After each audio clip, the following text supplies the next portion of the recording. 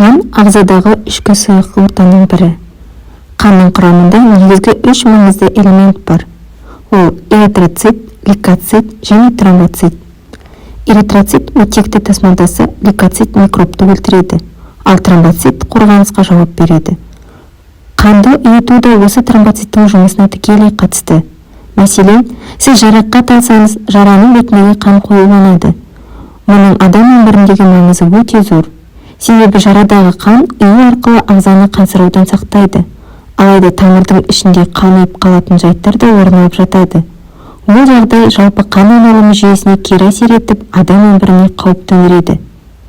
Көбіне үлкен кісілерде қан сұйылту үшін дәрігерлер аспирин, кардио, тромбоз және тағы да басқа дәрілерді ішу керектігін айтады. Бұл дәрілердің қайсысын болмасын, ұзақ ішкендіктен асқазан мен адамның іш құрылысының түрлі органдарына кері әсері болады. Әсіресе гастрит болуы мүмкін. Негізі дәрілерді пайдалану керек, бірақ 3-4 ай қабылдаған кезде аурудың симптомы білінген жағдайда дәрігерге көрініп, анализ тапсырып білу керек. Егер таблетканы 3 ай ішсеңіз, кемінде 5-6 ай демалу керек болады. Егер қан сұйылтуда дәрілерді ішкіңіз келмесе, сіздерге дәрісіз өзге де тәсілдер бар екенін айтқым келеді. Әрине, барлығы дәрігердің қаралуынан кейін дәрігермен ақылдасу керек. Видеоны толықтай қарап, сізге таңдалған керемет ақпаратқа ие болыңыз және каналға тіркеліп, қолдап, лайк баса кетіңіз. Бірінші әдіс өте қарапайым. Қанды судың көмегімен сұйылтуға болады. Жалпы адамдар өте аз көлемде су ішеді. Ал ағзада судың көлемі аз болуы қанның қойылуына әкеп соғады. Қан сұйылту үшін адам тәулігіне 1,5 литр таза су ішу керек. Ғаламторда көпшілік арасында 3-4 литр су ішу керек деп жатады. Ол дұрыс емес. Адамға күніне 1 немесе 1,5 литр су ішсе, сол жеткілікті болады. Бұл таза су болуы керек. Сіздің ішкен шай, кофе, шырын секілді жалпы сұйықтарыңыз саналмайды. Егер суық су ішкіңіз келмесе, үй температурасындағы жылы суды ішуге болады. Таңертең ұйқыдан оянғаннан кейін міндетті түрде аш қарынға 1 стақан су ішуден бастау керек. Қарапайым мысал, егер сіз бір жеріңізді кесіп алғанда немесе анализде саусағыңыздан қан алған кезде қанның қою қап-қара қошқылдау болып, тез ағып кетпей білініп тұратындығын байқауға болады. Бұл қанның құрамындағы гематокриттің жоғары екенін көрсетеді. Екінші мысал, кофе мен алкогольді ішімдікті аз қолдану керек. Кофені көп ішетін болсаңыз, ол қанды қоюландырады. Арақ шарапта қанның қоюлауына келіп соғады.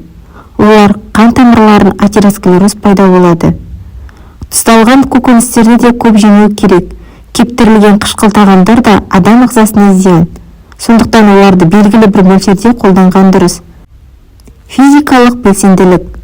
Қимыл әрекет жасау, спорттың жеңіл түрімен айналысу, жайлап жүгіру, жүру, жатар алдында таза ауада серуендеу сіздің ағзаңызға өте пайдалы. Қимыл жоқ болған кезде бұлшық ет пен тіндерде гипоксия тіні пайда болып, ол да қанды қоюлатады. Біздің денеміздің 70% судан тұрады. Ал ғалымдар адам бойындағы судың мөлшері небәрі 2%-ға азайса, күш қуатымыздың 20%-ға әлсіреп кететіндігін дәлелдеген. Бар жоғы 1-2 жұтым су күйзеліс пен шаршағанды басып, орасан күш береді. Сондықтан алмасу жүйесі мен қан жүйелері судан тұратындығын ұмытпағанымыз жөн. Қанды дәрілік шөптер көмегімен сұйылту. Адам ағзасына қан сұйылтуда өсімдік қоспаларынан әзірленген тұнбалардың жөні бір басқа. Адам баласы өсімдіктерді сонау көне дәуірден бастап күні бүгінге дейін қажетіне жаратып келеді. Әсіресе халық емшілігінде емдік шөптер таптырмас дәрі-дәрмекке айналған. Елімізде статистикалық мәліметтерге сүйенсек, шамамен 6000-ға жуық өсімдік түрі бар. Соның 500-ге жуығынан дәрілік заттар алынады. Көбінесе кейбір адамдар шөпті жеңіл санап дұрыс ішпейді. Тибетте шөпті де дәрі санайды. Егер шөпті дұрыс бөліп ішпесе, керісінше әсер беруі мүмкін. Қанды қойылтып жіберуде ғажап емес. Бұл ғылыми түрде дәлелденген. Қанды сұйылтуға 2 түрлі шөп бар. Ол бал нәрлі хош иісті өсімдік түйежоңышқа, яғни доник, және ақ талдың қабығы. Екеуі де біздің елде бар шөптер. Дәріханадан алып, қолдану тәсілі бойынша дайындап ішу керек. Бұл дәрілік шөптерді 3 апта ішсе жеткілікті. 4 айдан кейін қайталау керек болады. Тағамға сарымсақ, ас көк, балдыр көк және ақжелкенді қосып жесе, ол да адам ағзасына пайдалы. Ақжелкен өсімдігін әдетте салат немесе тағы да басқа тағамдарда әдемі етіп көрсету үшін пайдаланады. Жарты кесе ақжелкеннің құрамында күндізгі нормадағы А дәруменінің 100%, Б дәруменінің нормадағы шамамен 10%, және С дәруменінің күндізгі керек болатын 50% ала аласыз. Екіншіден, қан диабетіне шалдығу қаупі төмендейді. Сонымен бірге жүрек саулығы жақсарады. Ақжелкен фолий қышқылының қайнар көзі болып табылады. Ал аскөк болса, тағамға ерекше дәм беретін өсімдіктердің бірі. Ол жұқпалы аурулар кезінде ұйқы бұзылғанда жақсы көмектеседі. Ол қан қысымын төмендетіп, жүйке жүйесін тыныштандыруға қабілетті. Сарымсақтың қан жүйесіне әсері.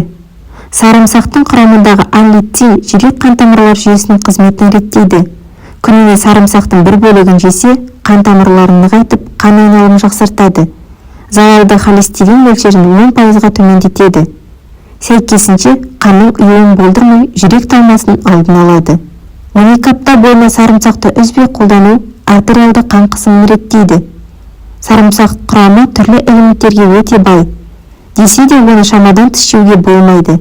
Әйтпесе уланып қаласыз. Күніне 8 тіс сарымсақты жесе, қан кетеді. Сарымсақты аш қарынға жемеген жөн. Асқазаны ауыратын ауру асқынған не қозған кезде сарымсақты жемеген дұрыс. Сарымсақты көп жесе, ішке газ көп жиналады. Жүрегі айнып, бас ауырады. Дене температурасы көтеріледі. Сарымсақты балғын күйінде жеген жөн. Сонда ғана оның құнары мен пайдасы бойға дариды. Даршын. Даршын құрамында тамаша антикоагулянт ретінде жұмыс істейтін қоспа кумарин бар. Даршын аз мөлшерде тұтынылған кезде қан қысымын төмендетуге және қабынуды жеңілдетуге көмектеседі. Бұл дәмдеуішті тұтыну көбінесе артрит және басқа қабыну жағдайларынан туындаған қабынуды азайтуға көмектеседі. Алайда, ұзақ уақыт бойы даршынды көп мөлшерде қолданудан аулақ болыңыз, себебі бұл бауырдың зақымдалуына әкелуі мүмкін. Зімбір. Зімбір бұл қанның керемет сұйылтқышы, өйткені құрамында көптеген өсімдіктерде кездесетін табиғи химиялық зат салицилат бар және қанның ұйуынан сақтайды. Кальций бұрышы қан мен тамырларда қан ұйуының алдын алуға көмектесетін қанның керемет сұйылтқыш әсеріне ие. Бұл бұрышта салицилаттар көп болғандықтан, бұл ағзадағы қан айналымын күшейтеді және қан қысымын төмендетеді. Е дәрумені. Е дәрумені қанның ұйуына әртүрлі жолмен көмектесе алады және бұл тұтынылатын Е дәруменің мөлшеріне байланысты. Дәруменнің қаншалықты сұйылтуға көмектесетіні белгісіз болса да, тәулігіне 15 мг-нан астам табиғи альфа-токоферол, яғни Е дәрумені қоспалардан гөрі тағамнан алу қауіпсіз болуы мүмкін. Е дәруменіне бай тағамдар, бадам, күнбағыс майы, тұтас дәнді дақылдар жатады. Жүзім тұқымының сығындысы. Кейбір зерттеулер жүзім тұқымының сығындысы жүрек пен қанның бірнеше жағдайына пайдалы мүмкін екенін назар аударды. Тұқым сығындысында қан тамырларын қорғайтын және қан қысымының жоғарылауына жол бермейтін қанның сұйылтқышы рөлін атқаратын антиоксиданттар бар. Кейбір атуаральды заттар қанның ұйуын біршама төмендетуі мүмкін, бірақ табиғи дәрі-дәрмектер қан сұйылтатын дәрілер сияқты тиімді болуы мүмкін. Жоғары айтылған кеңестерді қолданбастан бұрын дәрігерден кеңес алғаныңыз жөн. Видеоны толықтай қарағаныңызға рахмет. Пайдалы ақпаратты достарыңызбен бөлісіп, лайк басып, комментарий бөліміне өз ойыңызды қалдыра кетіңіз.